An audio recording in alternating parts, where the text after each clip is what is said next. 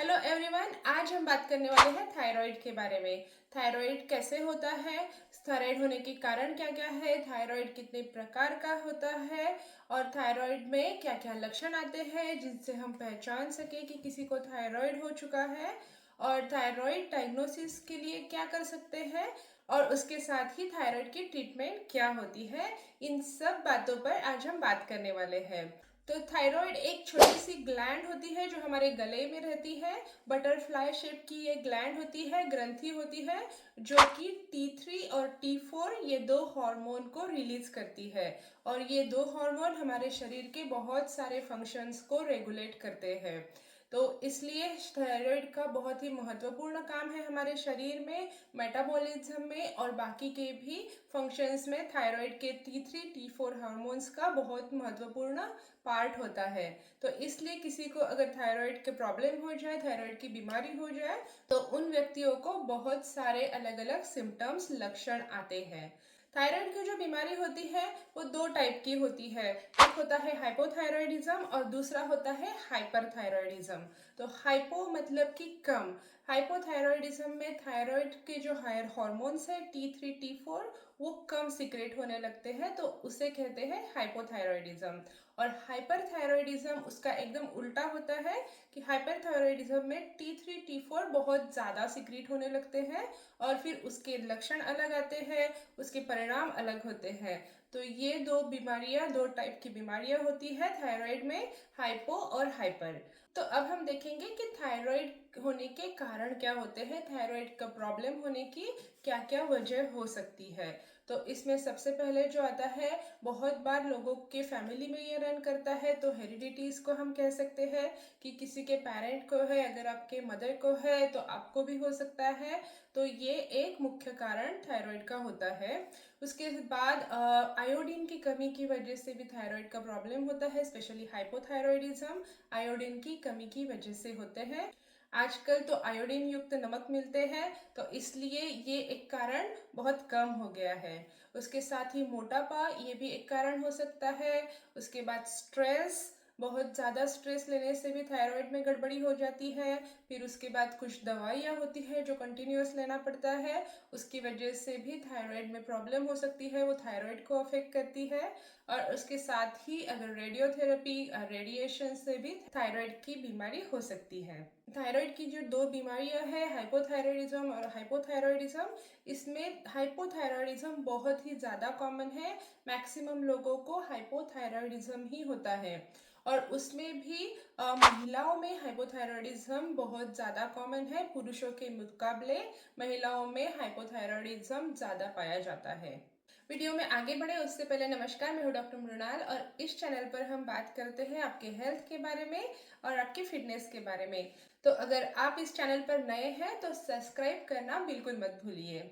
तो चलिए अब हम देखते हैं कि थायराइड में, स्पेशली हाइपोथायराइडिज्म में कौन से लक्षण आते हैं, कौन से लक्षणों पर हमें नज़र रखनी चाहिए और कौन से लक्षणों से हमें पता चल सकता है कि किसी को थायराइड की प्रॉब्लम है।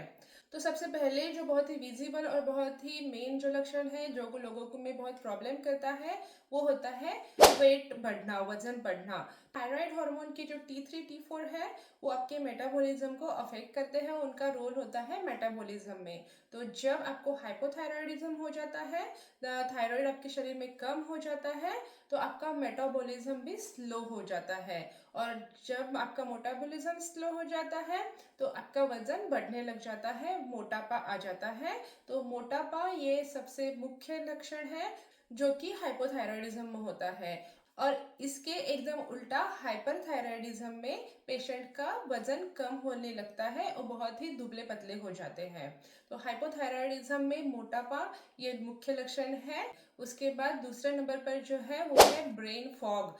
तो ब्रेन फॉग किसे कहते हैं कि जब आपका दिमाग एकदम एक्टिवली काम नहीं करता, जितना एक्टिवली हम रेगुलरली या नॉर्मली काम करते हैं, हमारा दिमाग जितना फास्ट चलता है वो थोड़ा स्लो हो जाता है, थोड़ा सा कन्फ्यूजन सा लगता है, बहुत सी चीज़ें भूलने लग जाता है। तो उसे ब्रेन फॉग कहते हैं और हाइपोथायराइडिज्म में बहुत बार ब्रेन फॉग दिखने लगता है। उसके बाद नेक्स्ट जो लक्षण है वो है भूख कम लगना।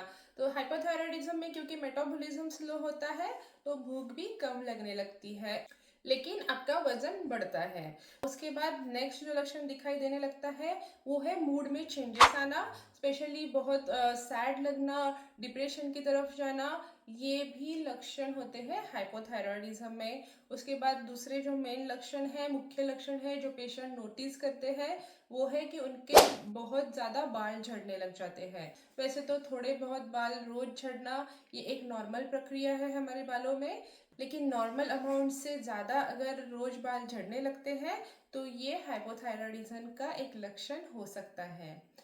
उसके बाद हाइपोथायराइडिज्म के पेशेंट को ठंड बहुत ज़्यादा लगती है, थोड़ी भी ठंडी उनको सहन नहीं होती, थोड़ी भी अगर टेम्परेचर कम हो गया तो उनको बहुत ज़्यादा ठंड लगने लगती है, तो ये भी एक लक्षण हाइपोथायराइडिज्म का है।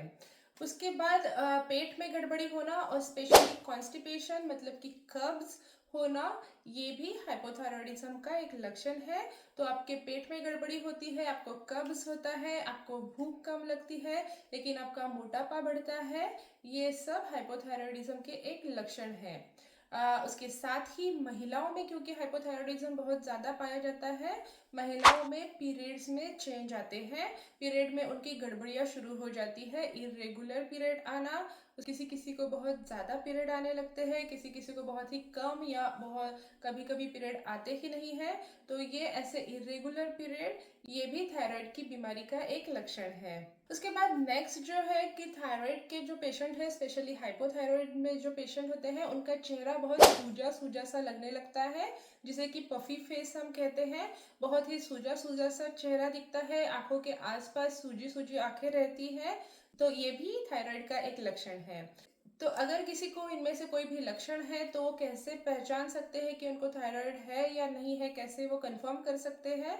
तो उसके लिए एक टेस्ट आती है जो कि ब्लड टेस्ट है। ये बहुत ही सिंपल सी ब्लड टेस्ट है जिसमें T3 T4 लेवल मेजर की जाती है।